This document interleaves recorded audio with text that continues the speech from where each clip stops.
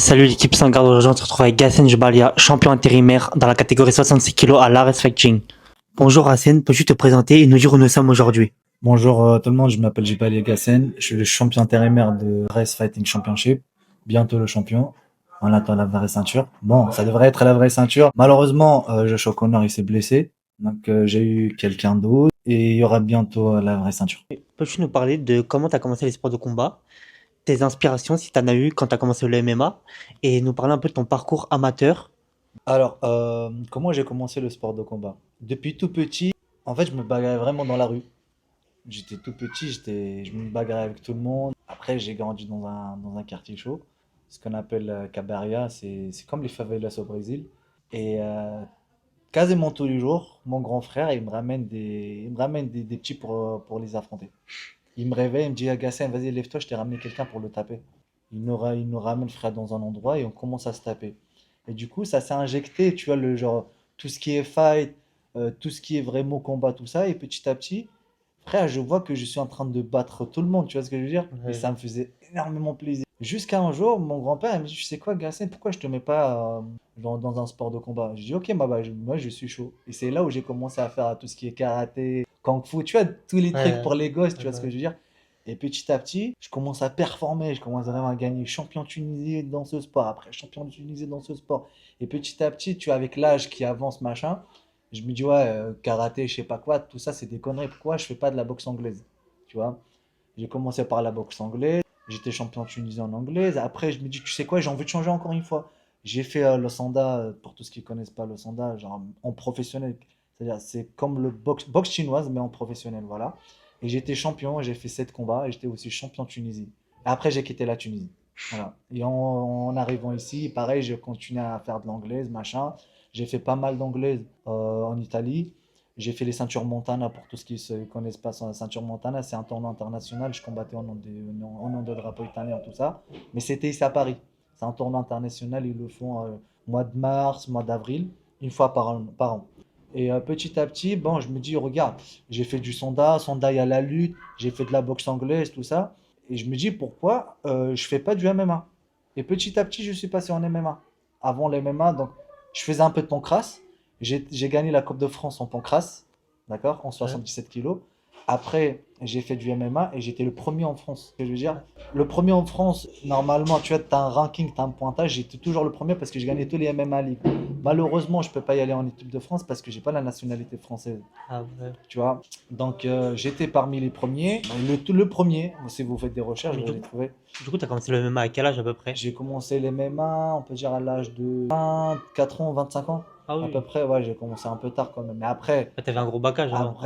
j'avais un grand bagage. C'est-à-dire, j'ai pas commencé les MMA sans rien du tout. J'avais un grand bagage. Mais oublie pas, j'ai fait un accident. C'est là ce que vous voyez, genre le tatouage, machin, c'est juste pour couvrir la cicatrice. Et c'est ça qui m'a ralenti aussi pendant des années. Mais j'ai pas lâché Mais l'affaire. tu as été résilient. Effectivement, j'ai pas lâché l'affaire. Donc j'ai continué à m'entraîner avec un bras, tout ça. Et effectivement, mais j'ai récupéré et j'ai réussi à rattraper certaines personnes. Et ces personnes, pour moi, c'est des inspirations. Tu vois ce que je veux dire? Je les voyais, je me dis, putain, ils sont chauds, c'est des gros lutteurs, ouais, ils sont forts de ouf. Genre, est-ce que c'est possible qu'un jour je peux rattraper ces gens-là? Est-ce qu'il y a un moyen qu'un jour je peux être comme eux? Et je continue à m'entraîner. Je les vois s'entraîner une fois, je me dis, moi, je m'entraîne deux. Ils s'entraînent deux fois, moi, je m'entraîne trois fois. Et en fait, avec le temps, il passe, je m'entraîne, je m'entraîne, je m'entraîne, je m'entraîne. Et aujourd'hui, bah, je les ai dépassés. Et je suis devenu parmi les meilleurs. Et en fait, pour moi, c'est que le début. Parce que, comme je disais tout le temps, j'ai un mental embêtant et je lâcherai pas l'affaire. C'est-à-dire, je continue jusqu'au bout. Donc, Gassen, on sait que c'est compliqué pour un combattant en France de vivre du MMA, surtout au début de sa carrière, les premiers combats pro. On sait que la France, on n'est pas le pays le mieux développé, sachant que ça a été légalisé il n'y a pas longtemps. Est-ce que tu peux nous expliquer un peu, toi, comment tu fais pour pallier le besoin financier à côté de ta carrière? Alors, pour moi, c'était compliqué. C'était vraiment très, très, très, très compliqué. Par contre, bah, c'est comme je disais tout à l'heure, j'ai pas lâché l'affaire. Bon, je travaille dans un magasin, je travaille 6 sur 7. C'est-à-dire que je travaille toute la semaine pour gagner le SMIC.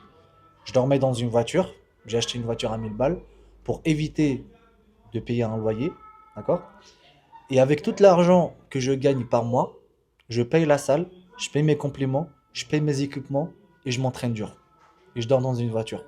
Et je paye ma bouffe. Pour la douche, Genre, je me douche dans la salle.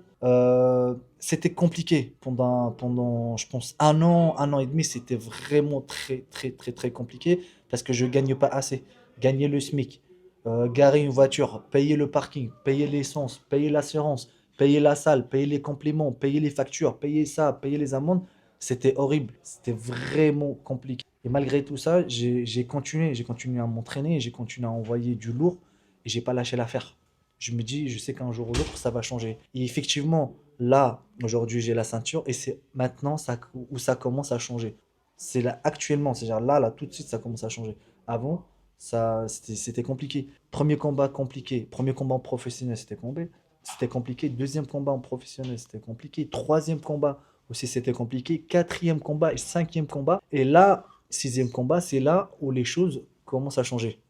Là, tu as obtenu la ceinture le 13 décembre. Est-ce que pour toi, ça a changé quelque chose mentalement et dans le regard des autres? Est-ce que tu trouves un changement? Alors, bon, la vérité, pour le regard des autres, ça m'intéresse pas. Je m'en fous parce qu'en fait, peu importe que tu es, t'es pas bon pour tout le monde. Il y a toujours des haters, il y a des gens qui t'aiment pas, tout ça. Ça, c'est normal. Donc, ça m'intéresse pas. Ce qui m'intéresse, comment je vais développer mon jeu, comment je vais développer tout ce que j'ai appris et aussi ce que j'ai fait pendant le dernier combat. Qu'est-ce que je dois corriger pour être beaucoup mieux, pour faire un spectacle et récupérer la bonne ceinture.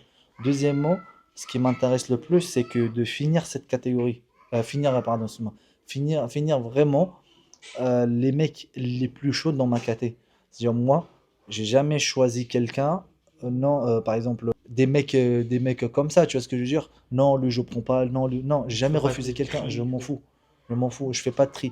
En fait, je choisis tout le temps les mecs qui performent le plus, les mecs les plus chauds, les mecs les plus forts. Pourquoi? Comme ça, il y aura pas de doute. Tu Ouais. vois ce que je veux dire? Si tu prends les meilleurs, tu les tapes, tu commences à monter, et tu vas monter parce que tu as tapé les meilleurs. Les gens, ils vont rien dire. Mais si tu prends des mecs qui sont nuls, Ah, ok, juste je pour comprends, tu peux gonfler. les soumettre, tu peux les mettre KO, tout ça, mais il n'y a aucun intérêt, tu vas jamais monter. Moi, ce que je préfère, même si c'est risqué pour moi, je prends toujours les mecs les plus forts dans la KT. C'est-à-dire, je prends par exemple Linares, Josh O'Connor, des mecs qui sont, tu vois, les tops Ah dans bah, ma KT. adversité. Tu vois ce que je veux dire? Et après, il y aura par exemple des mecs à ce niveau, même qui sont pas à la reste, tu vois, j'accepte tout le monde. C'est comme le dernier combat, j'ai eu le changement d'adversaire plusieurs fois. On m'a proposé un mec qui a fait égalité avec Morgan Charrier. J'ai accepté, il a signé le contrat. Après, le gars, il s'est barré, il a dit non, je prends pas de risque. Après lui, il y avait un autre Brésilien qui était à 17-9, il est champion du monde de grappling. J'ai dit ok, je prends tout le monde, c'est-à-dire 17-9, je suis à 6-0. Le mec, il a trois fois mon palmarès minimum. Tu vois ce qu'il a 27 Ouais. combats ou 26. Je m'en fous, tu vois, ça me regarde pas. Je m'en fous de palmarès, je m'en fous qui est devant moi. Une fois qu'on est dans la cage, là, on peut discuter, là, on peut parler. J'ai dit ok, il n'y a pas de problème, j'ai signé le contrat et j'attends qu'il signe le contrat. Bon, il a dit ok, et après il a dit non, non, je me sens pas prêt, non, j'ai plus envie de genre, je vais pas prendre de risques, tu vois. Et là, bah, jusqu'à on est arrivé à Sabirov, il est prêt, son adversaire il s'est blessé, et voilà, bah, on est parti sur un combat. Alors que Sabirov, il a beaucoup plus d'expérience que moi. Ouais. Mais et sur l'aspect mental, du coup, ça a changé quelque chose chez toi d'obtenir cette ceinture intérimaire? Pour moi, et j'arrête pas de le dire et je le répète, j'ai le mental en béton. Pour moi, une ceinture, ok, je suis content, mais il n'y a rien qui change. Tu vois ce que je veux dire? Si j'ai pas fini vraiment la liste, il n'y a rien qui va changer. C'est-à-dire, ça va me booster encore plus mentalement. Ça me fait vraiment plaisir de gagner une ceinture comme ça. Mais je veux vraiment la vraie ceinture. Je veux vraiment performer et faire la différence dans ma catégorie. Tu vois ce que je veux dire? Vraiment éliminer tout le monde. Il n'y a que ça qui pourrait te satisfaire. Il n'y a que ça. Chasseur des têtes. Voilà. Au vu de ton énorme bagage en sport de combat et de ton vécu, aurais-tu un conseil à donner à un combattant qui veut se lancer soit en amateur ou en pro? Alors, surtout pour tout ce qui combat en amateur, de préférence, vraiment rester en amateur et apprendre la lutte et le grappling, parce que c'est la base de l'MMA. Si t'as pas ces deux-là, ça sert à rien. Ça sert à rien de faire du MMA. Si t'as pas assez de combats, tu vas pas passer pro comme ça. Déjà, le niveau amateur, ça s'est développé. Ça s'est développé, mais de fou. Tu vois ce que je veux dire? En amateur, les mecs, ils sont chauds. Alors, t'imagines en pro, en plus, avec la nouvelle génération, c'est c'est quelque chose, tu vois. Les mecs, ils sont complets, ils sont bons en lutte, ils sont bons en striking, ils sont bons au sol, ils sont bons vraiment partout, partout, partout. Donc, tu veux pas, le jour au lendemain, tu fais deux, trois combats amateurs, après, tu vas passer en Ouais. professionnel. Ça sert à rien. Là, tu vas pas durer longtemps. Donc, de préférence, faire beaucoup de combats en amateur, apprendre beaucoup d'expérience.